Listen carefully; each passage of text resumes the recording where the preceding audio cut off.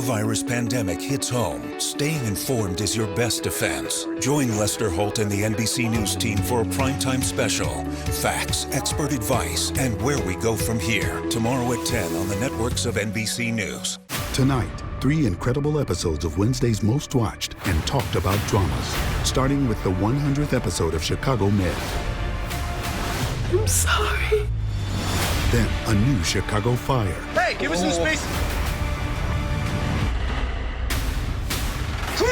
And a pulse-pounding Chicago PD. Play nice with homicide. I'm going in. Do not engage. Get off my seat. How do you think you are? An all-new Chicago Wednesday, tonight on NBC. Mr. Reddington, so pleased you made it. What happens next doesn't end the way you think it's going to. It's good to be back. Must be something in the water. Feel like I can take the water. If I died, there'd be this group of guys to help the kids. Council of Dads. Live like we're in. You're doing it, JJ. We're all supposed to go back to real life. We're gonna get through this together. Your dad would want me to tell you that this is your life. You live it for you. I am. Council of Dads, after the finale of This Is Us on NBC. Sunday, catch an all-new Zoe's Extraordinary playlist on NBC. In the wake of tragedy, we came together, volunteering to help our neighbors in need. I have never seen such outpouring of love and help from anywhere. That's what it's about, man. It's about helping each other out. Raising money to help rebuild. The phones have been ringing like crazy. And we raised nearly $400,000 to help out those who truly need it. To all of you helping rebuild Tennessee, News 4 thanks you. I called Hughes & Coleman after I was injured by a distracted driver. They helped me with everything: the insurance company, the medical bills, and the car repairs. From beginning to end, we're here for our clients. Call Hughes & Coleman immediately. 800-800-4600. A lot has changed overnight, but Buick and GMC's commitment to you remains the same. We understand you want to feel safe, so we're offering current owners complimentary OnStar Crisis Assist services. Should you need a vehicle, we're offering 0% financing for up to 84 months with deferred payment options for 120 days. Plus, you may have the option to shop online and take delivery at home. Visit our websites for the help you need. Buick and GMC, we're here to help. What we achieve for patients is life-changing. You get your smile back, your confidence back, in just one day. A new smile at a price you can afford. With the dignity and respect you deserve. Don't wait another day. Nothing is more life-changing than a healthy, confident smile. Let Affordable Dentures and Implants create your new smile. Schedule your free consultation. Call 1-800-DENTURE or visit affordabledentures.com. If you're hurt in a car wreck, you know who to call. Call Hughes & Coleman. 800-800-4600. Studies show people who call a lawyer on average get up to 3 times more money. That's a lot of shakes. Hughes & Coleman. 800-800-4600. This is Today in Nashville, a celebration of the people. Breaking news on News 4. That breaking news we're following right now. Governor Bill Lee is proposing a new $150 million coronavirus health care fund. The governor says the money will be used to respond to health and safety issues resulting from COVID-19. State lawmakers are expected to go into recess by the weekend after passing a budget and about 24 other bills. Meantime, Metro Nashville leaders say that they've created a COVID-19 response fund, making money available to residents and small businesses facing hardships right now. That money. I still hear everybody, yes. Excuse me.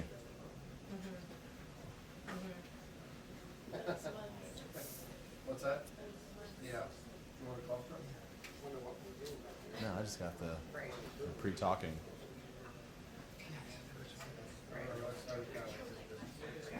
So we have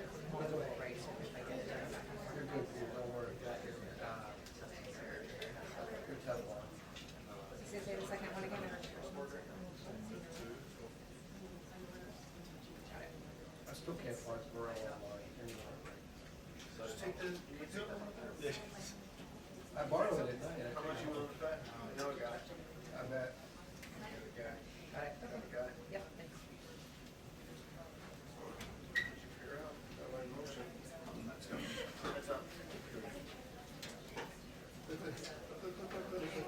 Jeff, think we're going. Think we're going.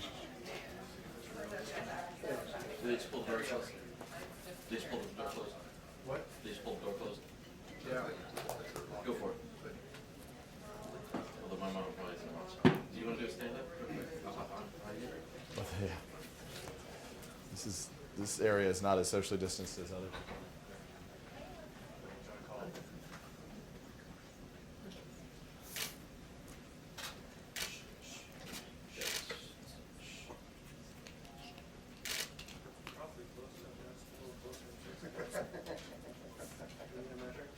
Yeah.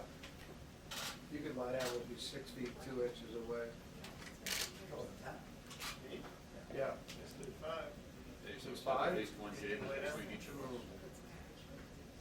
Sure. I'm going to use you as a measuring tape. Yeah. One shade between each. I'll lay down.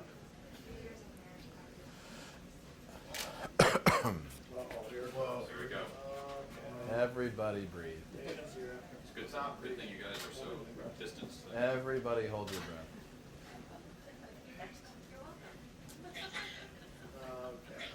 Not okay.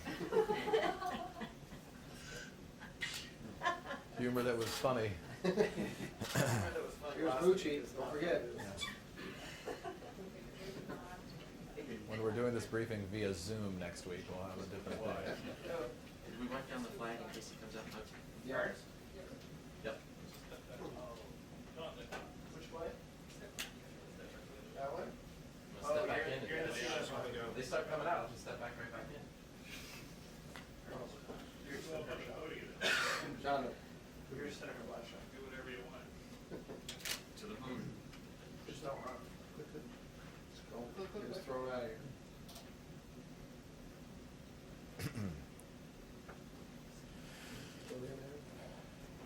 I only asked her yesterday until I dropped out of the dress. Trying to avoid doing it just as a function. Here, you ready to drop? That's okay, I promise. That'll help. It's not a problem. That brings up more mucus than you could really. Just really melt it. So I got in the street yesterday, and I was like, really? Peter, would you say that's a drive-off? My temperature when I walked into the building, for what it's worth, was 93.6, which I said was probably worthy of seeing a doctor for different reasons. Yeah. Cold as ice. I knew you were cold. I was like, does anybody else think that's a problem? No. I questioned the thermometer before I questioned. Some calibrated. I don't know what. Yeah, that was. Saying, don't look at me like that. Just I got a microphone on, man. I'm just. Yeah, there's been a notable statement there from Governor Cuomo. I see the president had initially, had this tense relationship. 2-minute warning before the briefing begins. They just told us we have about 2 warning. minutes before the task force comes out here. We think the president is coming. No one has confirmed that yet. But we did say he was going to hold a news conference today. But of course, there are several fronts that they are facing today. With the president teasing this FDA announcement that officials have not really shed any light on what that's going to look like. But this is happening as these talks are still going on with Republicans that are incredibly fluid about what that stimulus package is going to look like. We know that they want to get in there, but of course they're going to have to come to agreements with Republicans to see if they can get Democrats backing that plan so far. And that has really been the focus for, of course, the Treasury Secretary right now, is they are focusing on trying to blunt the impact of this. But also you've got the health aspect of this, as we are moving on from just this focus of this slowdown in testing to now the hospital aspect of this and whether or not the healthcare system is truly prepared for the numbers that they are going to see. And those are the questions that the president has been facing. And of course, we've got to note that they now, according to the White House, mutually agreed to close that border between the United States and Canada to any traffic that is not essential. Of course, they say that doesn't include trade, and Johnny can see firsthand. She's been working with the Senior League for 10 years.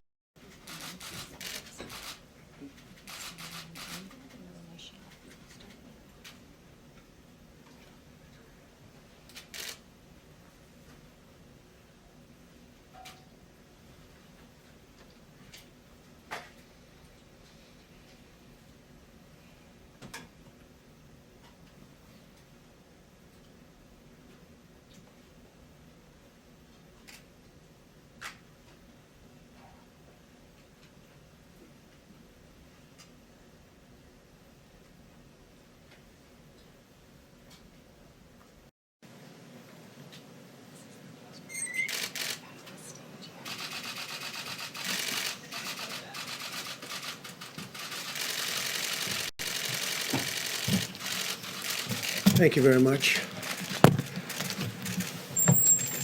I would like to begin by announcing some important developments in our war against the Chinese virus.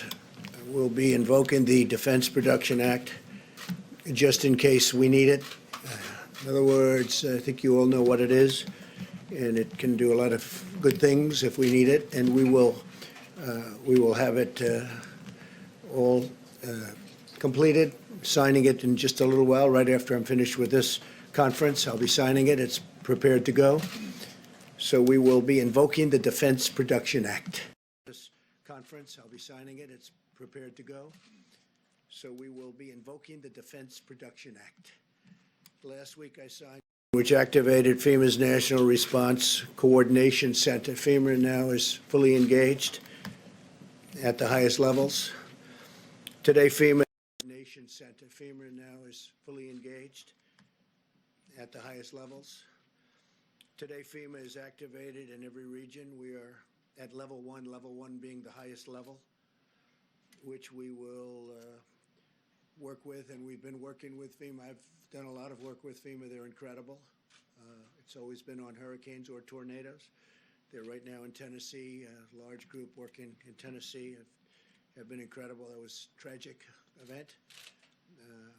Alabama last year, also a tornado, and then obviously the numerous hurricanes in different locations that were, in some cases, very devastating, and in every case, FEMA came through.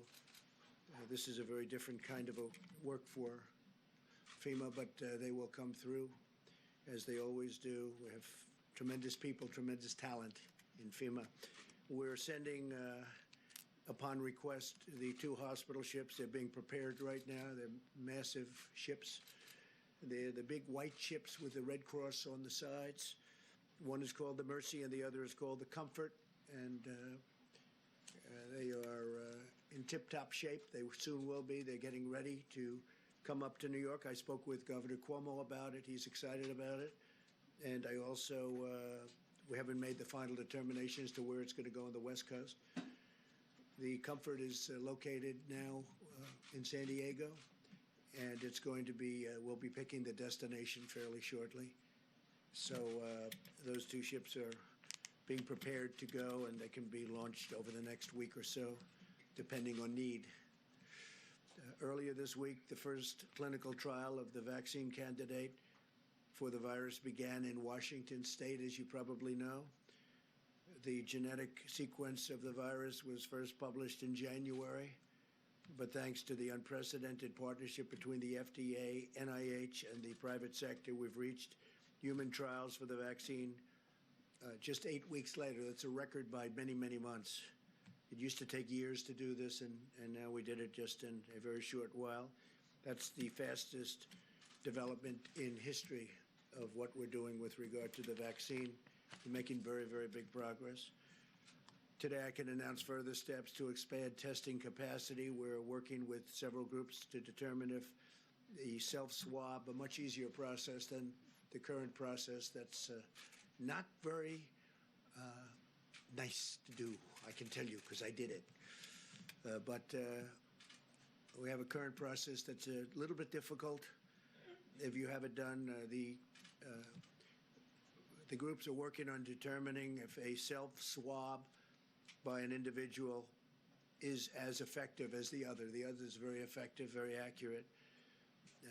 But we're going to see if we can do a self-swab, which is would be a lot more popular, I can tell you that. So, and that would be administered also by a health official, but it would be a lot easier to do. The fact is that the health professionals would free up a lot. Let me just say, the self-swab is what it is. It's a self-swab. You do it yourself. The other has to be issued by a health professional, and it's something that is quite difficult. And we think it's working out for the self-swab. And if it would test positive, the people would go and they would do what they have to do. But we think that's probably working out. I've asked the FDA to cut through the red tape and reduce regulatory barriers. We are looking at some very exciting things, and I'm going to be holding a second news conference either today. We're going to talk about the FDA. Some things are happening that are quite exciting, and we're going to be doing that either later today or tomorrow, fairly early tomorrow. So we'll see what happens. But the FDA, my instructions is I've been working very, very hard on a number of developments, and we'll be discussing them with you later today or tomorrow. And this afternoon, I'll be meeting with nurses on the front lines of the battle against the virus. They're truly American heroes. They want to get it done. They're incredible people. So we're going to be meeting with nurses, and I actually look forward to that. They're very brave. They're taking a lot of risk, and they have done an incredible job, and they never complain. Today, I'm also announcing that the Department of Housing and Urban Development is providing immediate relief to renters and homeowners by suspending all foreclosures and evictions until the end of April. So we're working very closely with Dr. Ben Carson and everybody from HUD. Every generation of Americans has been called to make shared sacrifices for the good of the nation. In World War II, young people in their teenage years volunteered to fight. They wanted to fight so badly because they love our country. Workers refused to go home and slept on factory floors to keep assembly lines running. And, you know, the numbers of ships that they built during World War II to this day has nothing like that has ever been equal. They were doing ships literally on a daily basis. Nobody's ever seen anything like it. And to this day, nobody's seen anything like that, what they were able to do during World War II. And now it's our time. We must sacrifice together because we are all in this together, and we'll come through together.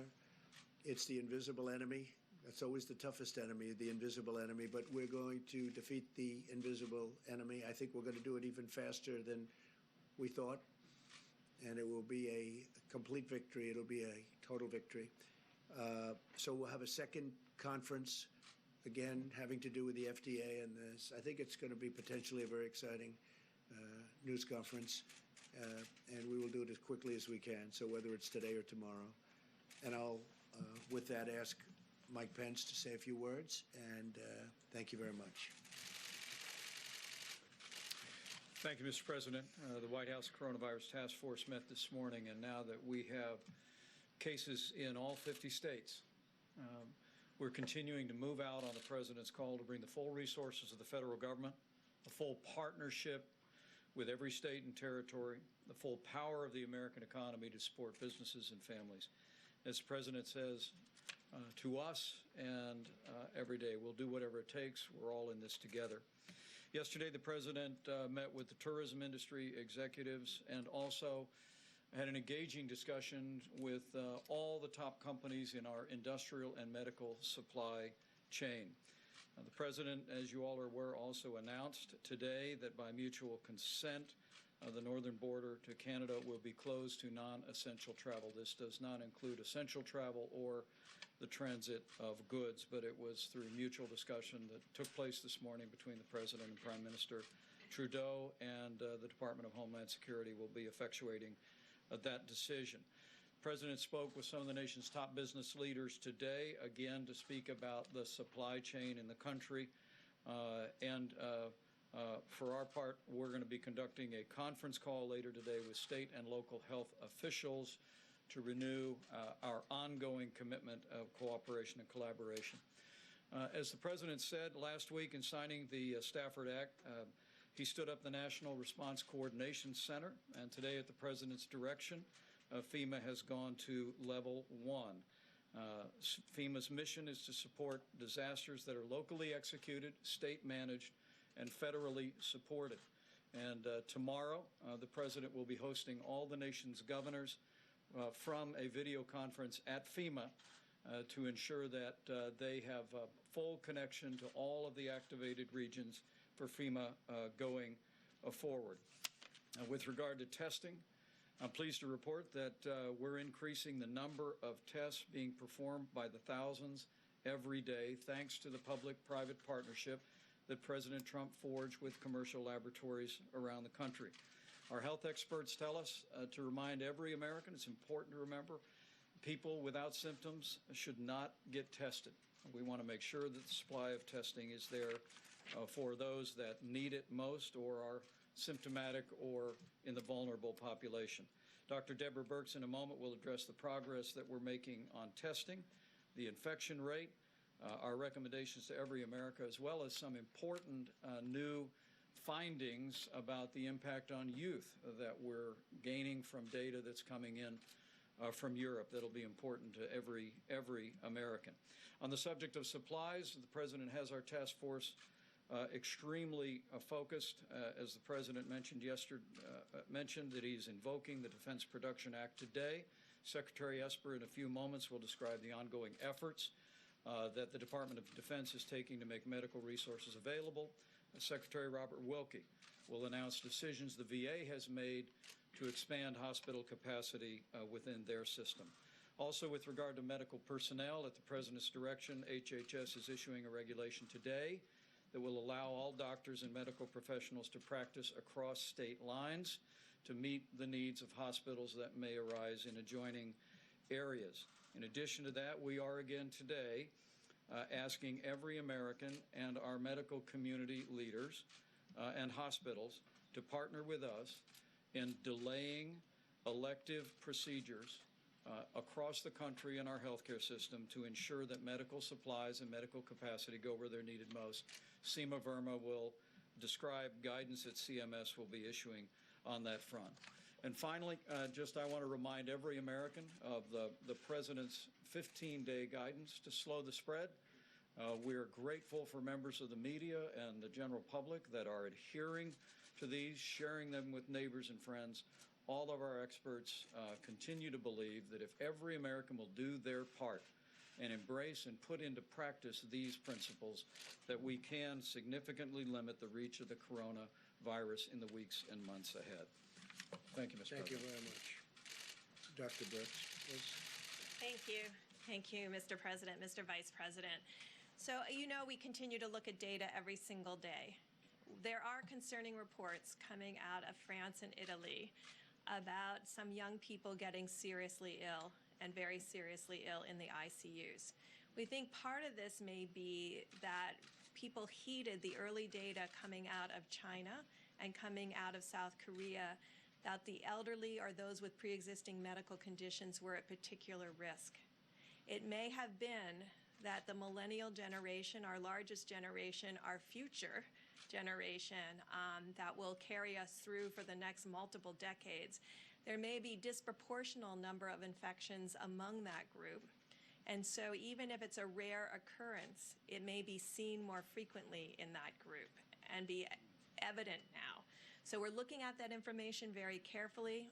We have not seen any significant mortality in the children, but we are concerned about the early reports coming out of Italy and France. So again, I'm going to call on that generation that's part of that group that brought us innovation, particularly throughout all of their ability to look around corners and skip through games.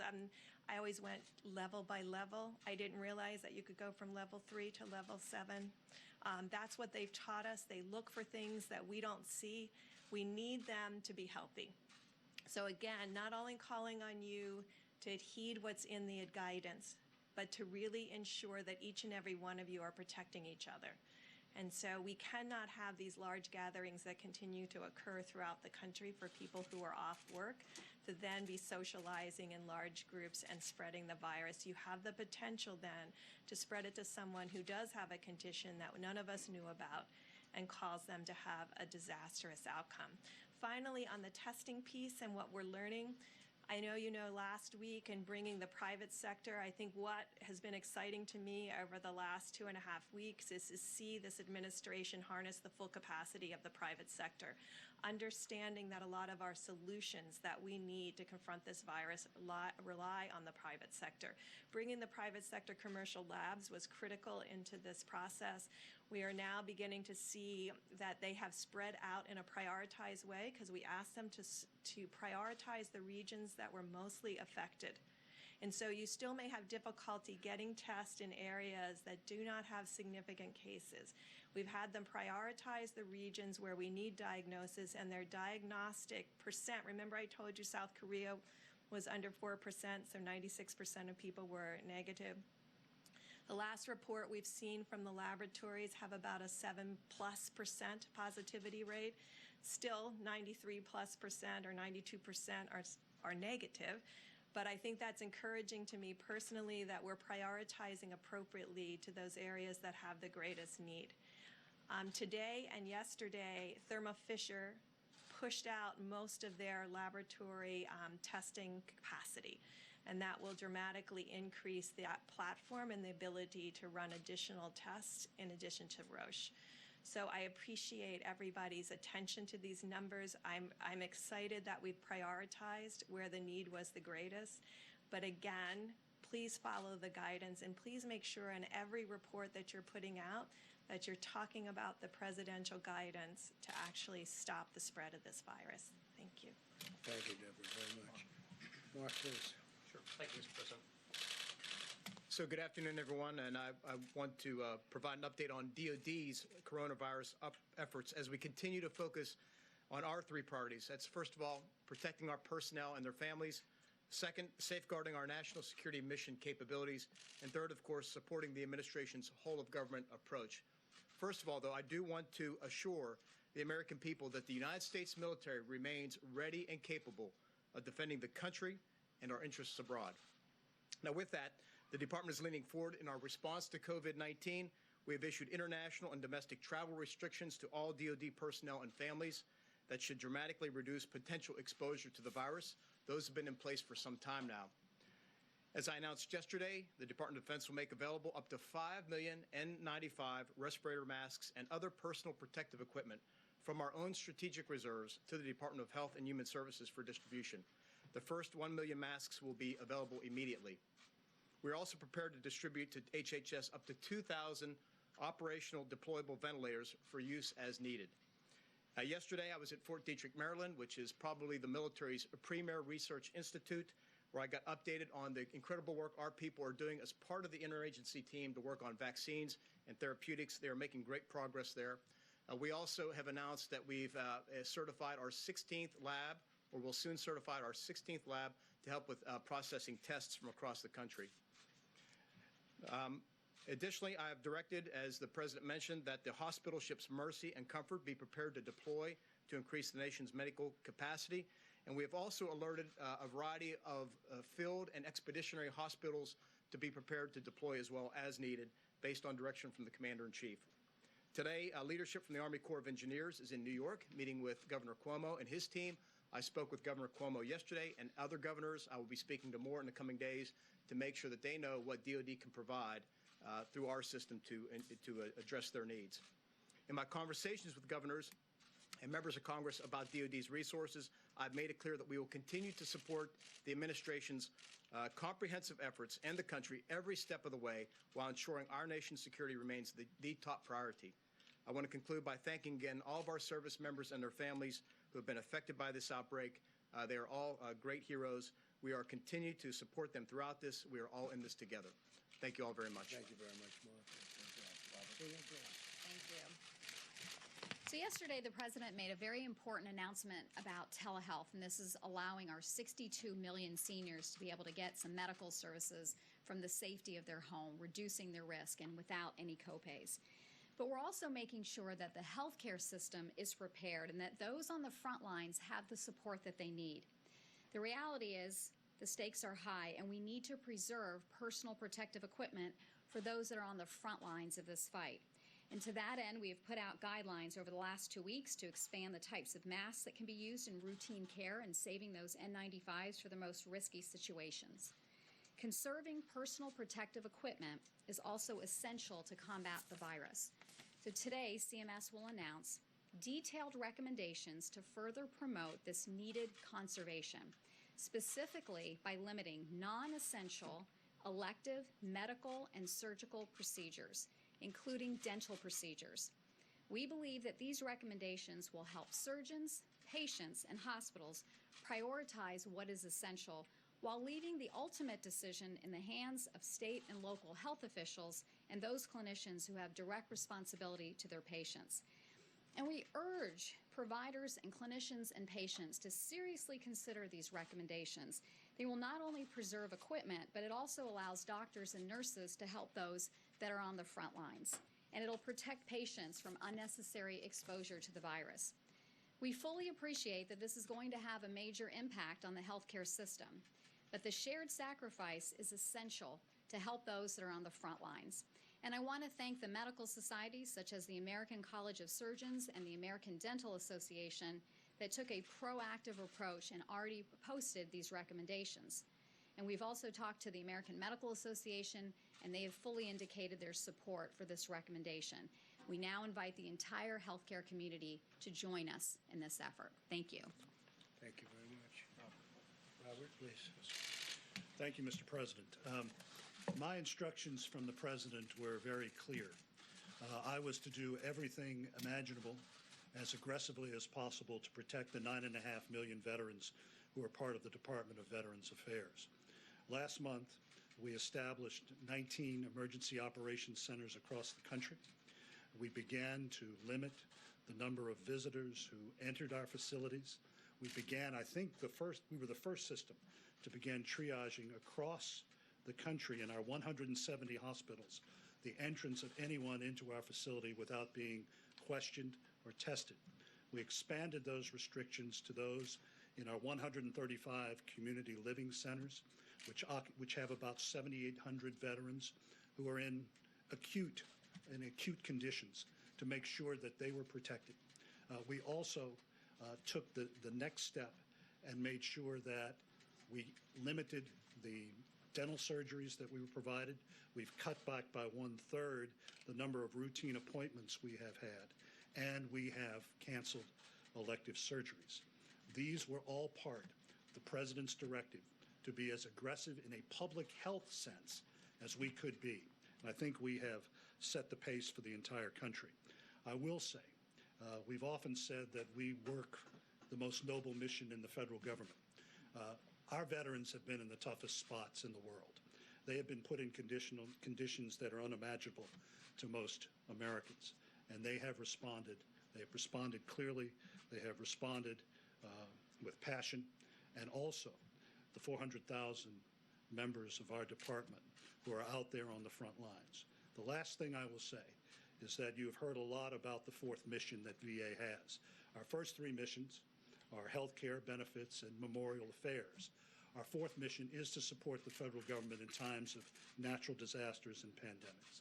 We are the buttress force in case that FEMA or HHS calls upon us to deploy medical professionals across the country to meet crises. We plan for that every day. We are gaming out emergency preparedness scenarios, and we stand ready when the President needs us to expand our mission. Thank you. Thank you very much, Robert. Thank you. Thank you all. That's very nice. Any questions, please? President, thank you. Two questions, if I may. Your Treasury Secretary was on Capitol Hill talking about the potential for what could come, and he said that unemployment could skyrocket to 20%. Are we looking, that could rival the Great Depression? Are we looking at potentially historic I don't agree devastation? with that. Yeah, no, I don't agree. That's a absolute total worst case scenario. But no, we don't look at that at all. And thank you. And my second question. We're nowhere near it. Okay, why do you keep calling this the Chinese virus? There are reports of dozens of incidents of bias against Chinese Americans in this country. Your own aide, Secretary Azar, says he does not use this term. He says ethnicity does not cause the virus. Why do you keep using this? A lot of people say it's racist. It's not racist at all. No, not at all. It comes from China. That's why. Comes from China. I want to be accurate. Yeah, please, John. Please. Are you I have great love for all of the people from our country, but as you know, China tried to say at one point, maybe they stopped now, that it was caused by American soldiers. That can't happen. It's not going to happen. Not as long as I'm president. It comes from China. John, please. Two questions, if I could, Mr. President. First of all, on the Defense Procurement Act, you're invoking it today. Senator Schumer said on the floor a short time ago that it urgently needs to be put into action to produce medical supplies, particularly ventilators. Do you have some targets that you would like to see immediately spooled up under the We act? do have. We have tremendous numbers of ventilators, but there's never been an instance like this where no matter what you have, it's not enough. That would be the case. We will be, it's being signed. It's essentially drawn, and I'm going to sign it in just a little while. If we need to use it, we'll be using it at full speed ahead. Sorry, he says it's urgently needed to be used. Do you have some targets? Well, we're going to know whether or not urgent, but we will, yeah, we do have targets. We have targets for certain pieces of equipment. We have targets for masks. You know, the masks, the numbers of masks are incredible. We've ordered millions of them, but we need millions more. A thing like this has never been requested, and we've never had to even think in terms of these numbers, but we need millions of masks, and all of that will be ordered. We need respirators. We need ventilators is a big thing because it's a complex piece of equipment. So we have a lot of ventilators, but we're going to be ordering more. And second question, what size will the checks be that will be sent out to America? To be determined. We're working with the Senate right now. We're working with everybody on Capitol Hill. There's been tremendous, there really has been, I mean, with some exceptions, obviously, because it's always the way it is, but there has been, they've been getting along very well, Republicans and Democrats. It's a nice thing, very bipartisan so far. Would you like to see them more than $1,000?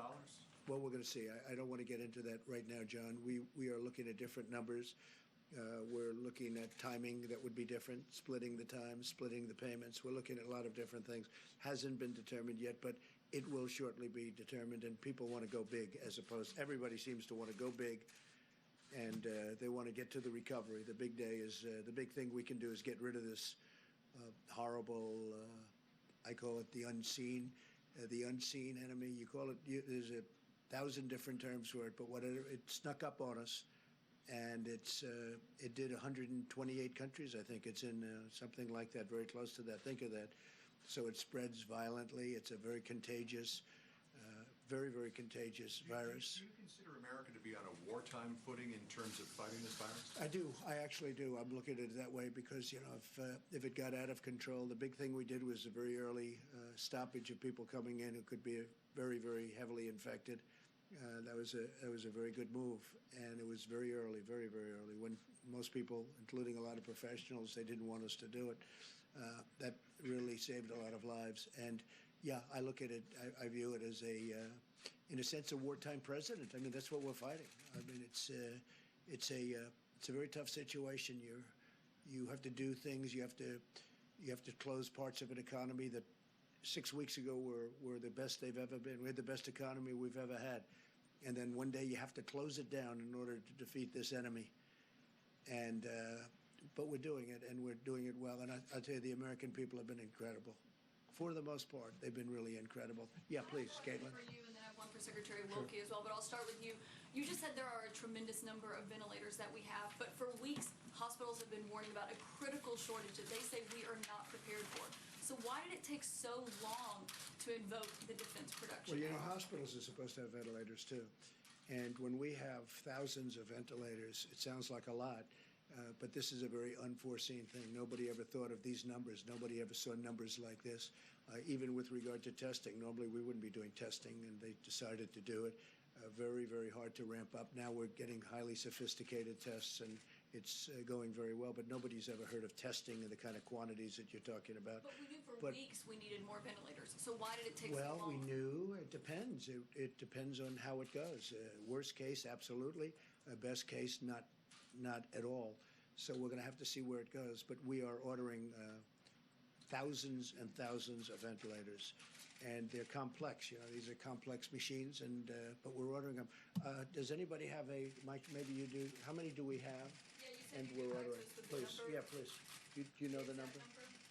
We have a specific number of ventilators in the stockpile. It's in excess of 10,000, and you just heard the announcement from the Department of Defense. They'll be adding several more thousand to that. But the President, even this morning and yesterday afternoon, speaking with the largest companies in the supply chain of this country, we're hearing a tremendous spirit among industry leaders who are ready to step in and add to that volume.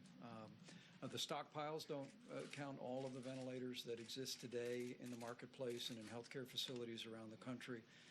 But the President's given us a directive to make sure that our stockpile, but just as importantly, working with industry leaders, that we're securing the increase in ventilators, the increase in masks, gloves, eye protective care, garments that are all necessary to lean forward. And we're confident we'll be able to accomplish that with the incredible cooperation of the supply chain that exists in America today. But we don't have an exact number for nationwide, how many ventilators we have? We can give you that exact number. We'll give it to you. But we're ordering a lot more. Okay, sorry. Yeah, go ahead in the back. Yes. Question for the VA Secretary? I have one question. Yeah, for one the second. Secretary. 1 second, Caitlin. We'll do it in a second. Okay. You'll be able to. Two questions, Mr. President. Thank you. Yes. The first one on the Canadian border. What was the tipping point? Friday we talked about it, and Monday you said no, we're not considering closing No, I said the border. not yet. I spoke with the Prime Minister, Trudeau. Very good relationship, obviously, between us and our two countries. And no tipping point. It's just that we want to isolate from the standpoint we don't want people coming into contact, because that's the way we're going to win this war. That is so important. And we both thought it was time. Now, it's not affecting trade. It's non-essential. It's non-essential crossings. It won't affect trade at all. And it was just something we thought would be good for both countries. Yes, please. Second question, Mr. President. How can you be sure that trade Go ahead, is not please. going to be a vector of the virus? How can you be sure that trade and everything that's being shipped from one side? Well, they're doing it in a very careful manner. You can only be vigilant and very professional, but it's not pertaining at this moment to trade between the two countries. Yeah, please. We are hearing that the $1 trillion economic stimulus package could look something like $50 billion for the airlines, $150 billion in loan guarantees for critical sectors of the economy, a $250 billion payment on April 6th directly to individuals, another $250 billion payment on May 18th, again, directly to individuals, and as well, $300 billion for small business loan guarantees. Is that, in the general sense, what you're looking at? It could be, and we're also playing with a lot of numbers, a lot of very big numbers, and a lot of very small numbers, frankly. We want to take care. We have to help everybody. It was nobody's fault. This happened. I mean, some people could say it was somebody's fault, actually. But it was nobody's fault, and certainly none of these companies that all of a sudden had no passengers in planes and had no passengers on cruise ships and all of the things that have happened. But I will say that they can't be blamed for this, and we want to keep those companies vibrant, because there's going to be a comeback very, very quickly as soon as this is solved, and it will be solved. We will win, and there will be a comeback, and it'll take place very quickly. $250 billion, there's give or take 330 million Americans or so. If you just do the math on that, that's about $750 a person, a family of four. That would be about $3,000 on average. Again, rough math. Is that where this is headed? Well, no, I don't want to say that, because it's a moving. These are all every number that you mentioned. Yes, we've talked about those numbers. We're also moving those numbers in both directions. So we'll let you know. It's moving along fast. Again, there's a great bipartisan effort going on that I haven't really seen before to this extent. On the self-swab that you mentioned at the beginning of this, has the FDA approved that test? No, they're looking at it. It's down the line, and they're looking at it very seriously. And I think it would be a great thing, because the others, to use a nice word, it's very inconvenient. It's very tough. For you, sir. You tweeted this morning about your approval rating amongst Republicans. You have said that you give yourself a 10 in terms of handling this crisis. How do you reassure Americans at home who don't trust you to handle a crisis of this magnitude? Well, I think we're doing a really good job. We started off with a termination of the border, the people coming in from China, where this all started. That meant I took it very seriously. And when I use the word calm doesn't mean that I'm not taking it seriously. Calm means, and we should be calm. We should be extremely calm. But, 95% within the Republican Party and over 50%.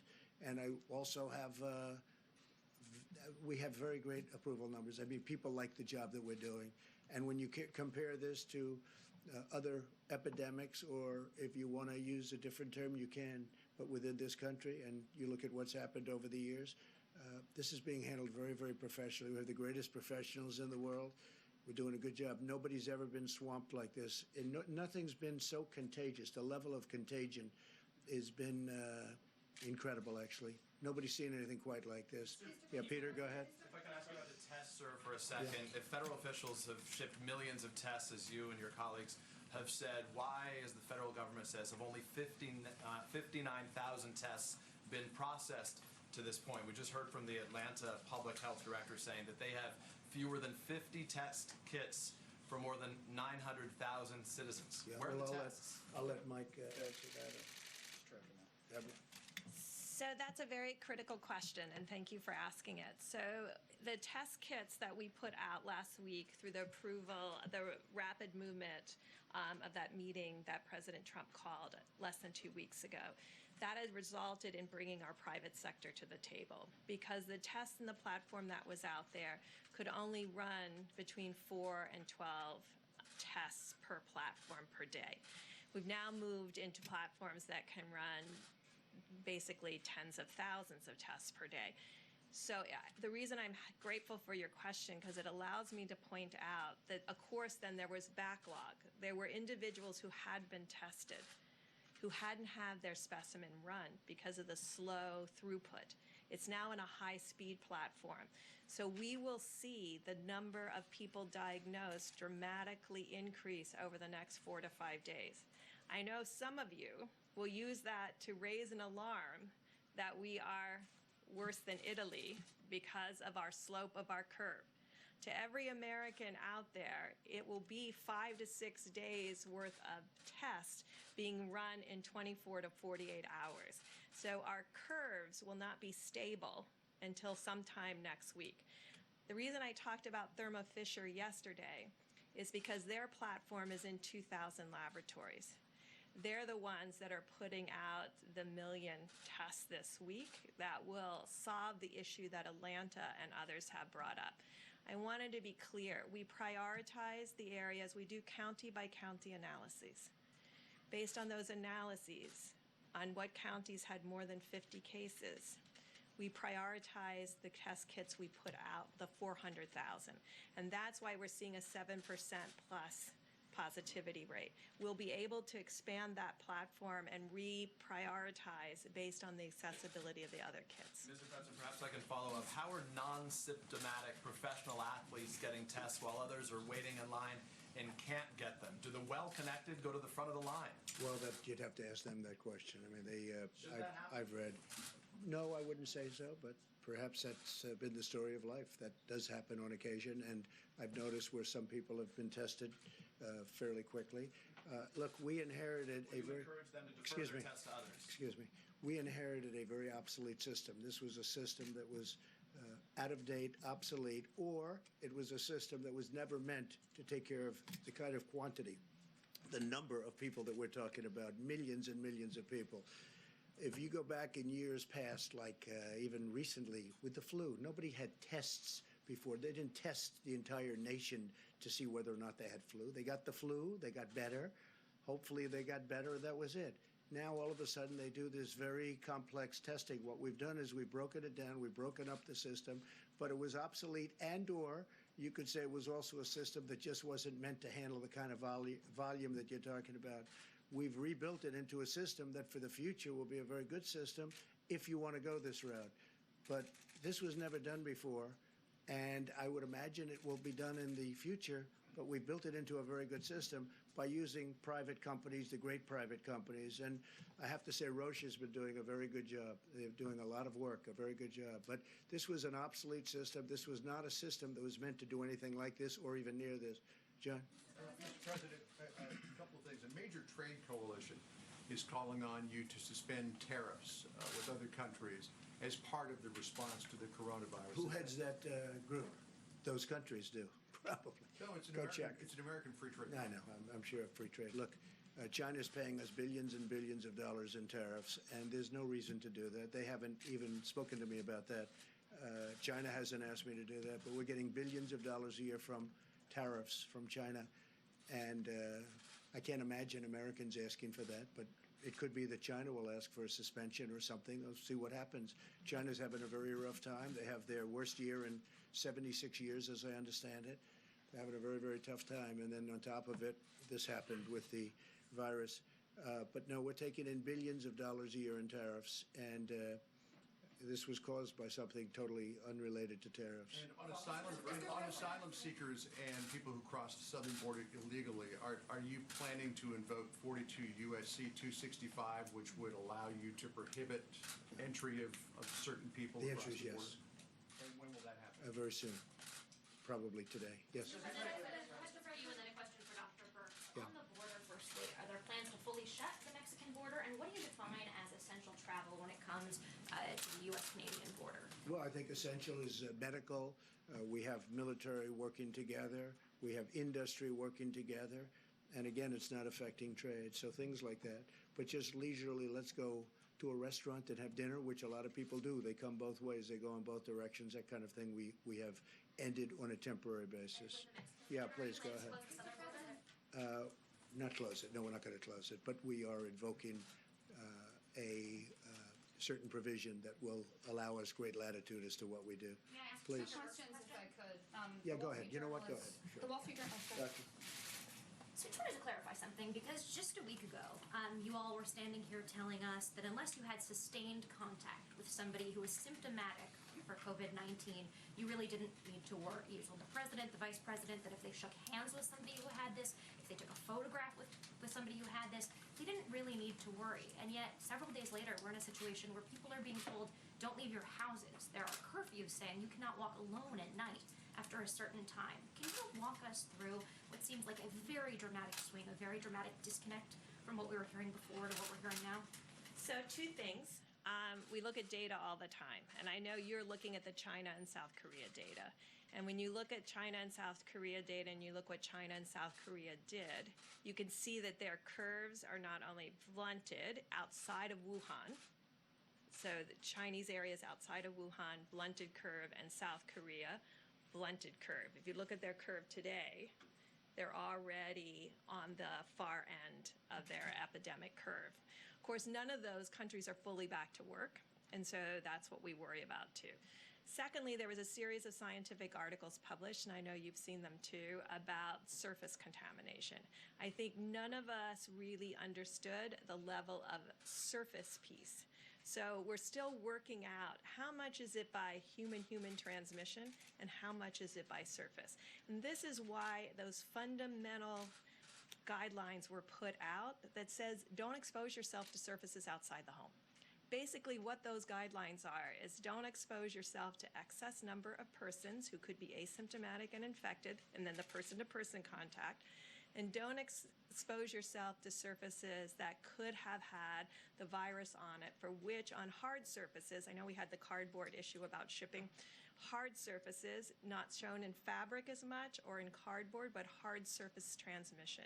These are issues that we haven't had to deal with before with the level of respiratory infections, and that's why we have this concern, and that's why the President put out the guidelines. And so it's to cover both of those pieces. That's all new science, all new models. I think many of you have the Imperial study available and looked at the impact of those. That's the first time those have been modeled as a comprehensive approach to mitigating an epidemic. And Dr. Burks, yesterday... Go ahead. Mr. President, the Wall Street Journal is reporting that the administration looked at an executive order that would expand the use of investigational drugs against the virus, but that FDA scientists are warning that this could put patients at risk. I haven't Is this seen something the you're article. looking at? No, I haven't seen the article. We are making a lot of progress therapeutically. I will say that, but I have not seen that article. No. Go ahead. Mr. President, we've shut down non-essential travel to Canada. Are you considering shutting down all travel to blunt the spread of the virus? And we've heard from industries like the airlines who are seeking relief. What other industries or how exactly is your administration going to determine which industries and businesses get Well, there are help? certain industries that people know. I mean, the airlines would be number one if you look at what's going on. They go from having the best year they've ever had to having no passengers because of what we've had to do in order to win this war. It's a war. And so, basically, what many of the industries are.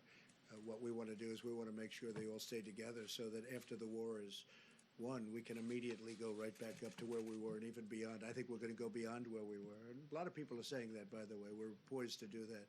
But we have to win the war first. Yeah, please, go ahead. President, thank you. To follow up on that, Treasury proposed $150 billion today for those industries, but their proposal doesn't detail which industries would get that money and how much. So aside from the airlines, which you just mentioned, what about the cruise industry, the hotels? How much of that money do you see them each We're getting? talking about all of it. Haven't detailed it yet. We have detailed it to senators and to members of the House. We have been talking about it, and we're coming up with numbers. Haven't gotten there yet.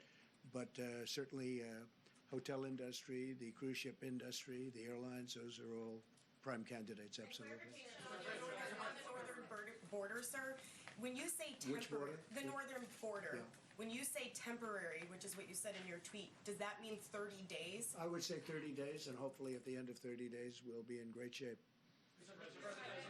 Jeff, please. Mr. President, I was struck by what Dr. Birx said about millennials and others perhaps not taking some of these warnings as seriously as you would like. Some of those people also seem to be your supporters and conservatives who may be quoting some of what you said at the beginning of this, comparing it to the flu. What is your message to them to really follow what you've been saying so far? And are you concerned that they're still listening maybe to some of your earlier comments rather than your more recent ones? Well, I think my earlier comments are to be calm. I mean, I do want people to be calm because we're going to win this and we're going to win it. It's just a question of time. And I wanted to go quickly. So based on the fact that I wanted to go quickly, I hope they just listen to what we've been saying over the last period of time. We don't want them gathering, and I see they do gather, including on beaches and including in restaurants, young people. They don't realize that they're feeling invincible. I don't know if you felt invincible when you were very young, but they were feeling totally invincible or are feeling that way, but they don't realize that they can be carrying lots of bad things home to grandmother and grandfather and even their parents. So we want them to heed the advice. We mean the advice, and I think it's getting through. I do believe it's getting through, Jim. If they're watching, Please. what do you say to them if they're watching? Sorry. If they're what? I think there are a lot of them watching, a lot of these people at home, these young people. Well, I think I just said it. I was going to say, what do you Heed say the to them? advice. Heed the advice. I just said, yeah. Thank you. Thank you, Peter. Mr. President, how long do you think this is going to last? Mr. President, how long do you think it's going to last? We'll get you next, okay? Say it. Thank you, Mr. President. In talking about China, you've been very clear about who you think is to blame or where the origins of blame for this virus is. Not think. No. I don't think. I know where it came from. I don't know if you'd say China's to blame. Certainly, we didn't get an early run on it. It would have been helpful if we knew about it earlier. But it comes from China, and it's not a question about that. Nobody's questioning that. Senator Cotton is saying that they should be punished, in so many words, for inflicting this on the American people. Do you feel that way about it? Well, I have a lot of respect for Tom Cotton, and I know exactly what he's been saying. And there are those people that say that. So we'll see what happens. Thank you. Go ahead. It's your turn. Go ahead. Please. He's been waiting a long time. Please. You've had your hand up so nicely for a long time. It's your time. Thank you, sir. We've seen the Chinese government kick out reporters from the Wall Street Journal, the New York Times, the Washington Post. What is your message to the Chinese when it comes to transparency at a moment where you still have reporters asking you questions here at the White House? Yeah, I'm not happy to see it. I don't, I have my own disputes with all three of those media groups. I think you know that very well. But I don't like seeing that at all. I'm not happy about that at all. Yes, please. You didn't correct the language, so I wonder if you agree with it. Do you believe that China is inflicting this upon our country? No, I don't believe they're inflicting. I think they could have given us a lot earlier notice. Absolutely. Please. Go ahead, please. Go ahead. Yeah, Mr. President, your credibility ratings are very low. There's a recent NPR poll. Who are you asking of that question? I'm asking... Because I see that they're very high. If you look, I'm 95% in the Republican Party. We just had a poll that was done by a very reputable group where I'm beating Sleepy Joe Biden by a lot in Florida, in the state of Florida, and in other states. So I don't really know who you're talking about. All right, Jennifer, go ahead, please. Two questions, if you're willing, sir. Would you give us an update on your conversation with the airline executives? Yeah. Did you explain to them what's coming? What was their I reaction? did, and they explained to me where they're coming from. I mean, they went from, as I said, full planes, packed, the best year they've ever had by far, to boom, one day empty because of what we have to do to win this war, or we would have a level of death like people haven't seen before. So they've been fantastic. I mean, they've been great, but they went from being extremely happy to being people that are running companies that are going to need some help, and we'll help them, Jennifer.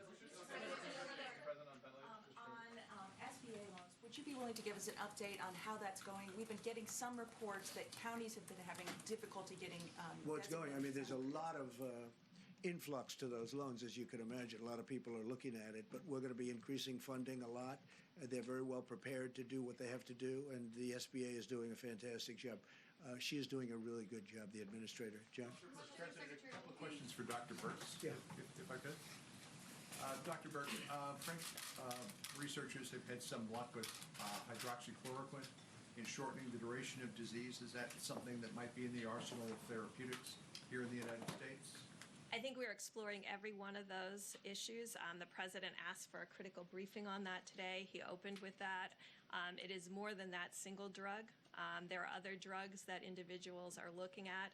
Just to go back to what we've talked about many times, there is things that look really good in cell culture against the virus that may look good in small animals and then don't have an impact in humans. And so those are the pieces that we're looking at very carefully. Of course, there's always anecdotal reports, and we're trying to figure out how many anecdotal reports equal real scientific breakthroughs. And second question, are you confident of the seasonality of coronavirus? All we can do is look at the past to inform the future. We know what SARS looked like. We also know, and I just want to put this out, I know you can get it online, look at the curve in China and look at the curve in South Korea. Those curves were accomplished in still the winter season. And so we're trying to understand what those relationships are. We're very interested in the curves in Italy because of their different approach, and we're following every single country's curves. And so all we can do is look at prior coronavirus and prior respiratory infection RNA viruses. These are RNA viruses. When you look at flu in the northern hemisphere, when you look at parainfluenza and some of the other cold viruses, and if you look at SARS, that's the way the peak normally occurs. But that is a November to April. We all started later. And so you're asking me to predict based on a later start, and that's what we're trying to really look at China and South Korea to really inform that. All right, Caitlin, go ahead. A question for Secretary Wilkie, if you don't mind, or you can answer if you'd like. How many veterans of those that need to be tested have been tested? Those that have needed to be tested, we believe we've caught most of them. Right now, we have 44 veterans who have tested positive. Sadly, one has passed in Portland. We are working with state labs and private companies to make sure that testing is available. Because the president had us out aggressively early, we have been in a better place than most healthcare systems in the country. I cannot predict, as Dr. Burke said, when the next surge will be, if it will be, but one of the things that we do at VA is that we prepare for national emergencies, be they national disasters or epidemics. We started preparing for this. We started stockpiling equipment. Our equipment is stable, and I think that's in large part because of the instructions the president gave me. But do you have a number of how many have been tested out of the number that We've tested several hundred. I can't give you the direct. Yeah, we've tested several hundred. Yes, we've tested several hundred. I don't know exactly. I do know that 44 veterans have the virus. Most of those are quarantined at home. Go ahead in the back, please. Thank you, Mr. President. The question for Dr. Burks, quickly. I'm trying to understand what it's about the mortality rate. Yesterday, we underlined the fact that we had reached 100 deaths. And this morning, we wake up and we're at 110. Within 12 hours, we climbed by 10%. Is it something we have to expect from now on, a 10% increase every 12 hours? So very early on in each one of these cases, if you look at all of the countries to date, The mortality is higher at the beginning because you're diagnosing the sickest, the ones who came in quite ill. And I just want to remind the American public that still the majority, the risk for serious illness in the majority of Americans are low. But that doesn't mean that you can't transmit it to one of those higher risk groups. And that's why we're asking for all Americans to take responsibility. You're seeing mortality or deaths today from infections that occurred 2 to 3 weeks ago in general. The other thing that you're seeing is the dramatic and very difficult impact of this virus in nursing homes. And that's why very early on, the president and vice president had us come out and CMS put those very strict rules in place. And everybody thought we were being too strict and keeping loved ones away from their family in nursing homes. If we're going to solve this with a lower death rate, we have to protect the elderly because of their percent is much higher in mortality than any other age group. Okay. Go ahead, please. Mr. President, there's reporting that the federal government has a plan that shows that this coronavirus outbreak might last as long as 18 months. Are you seeing those numbers? Could it No, just we're not actually seeing last? that at all. And then my second question is, there are at least one White House official who used the term Kung flu, referring to the fact that this virus started in China. Is that acceptable? Is it wrong? Are you worried that having this virus be talked about as a Chinese virus, that might I wonder who said that. You know who said that? I'm not sure the person's name, but would you condemn the fact Say the that term Kung flu? again. A person at the White House used the term Just the term. Kung flu. My question is, do you think that's wrong, Kung flu? And do you think using the term Chinese virus, that puts Asian Americans at risk, that people might target them? No, not at all. I think they probably lose Americans who are going through a lot. We love them, we're with them, and we will not let them down. Thank you all very much.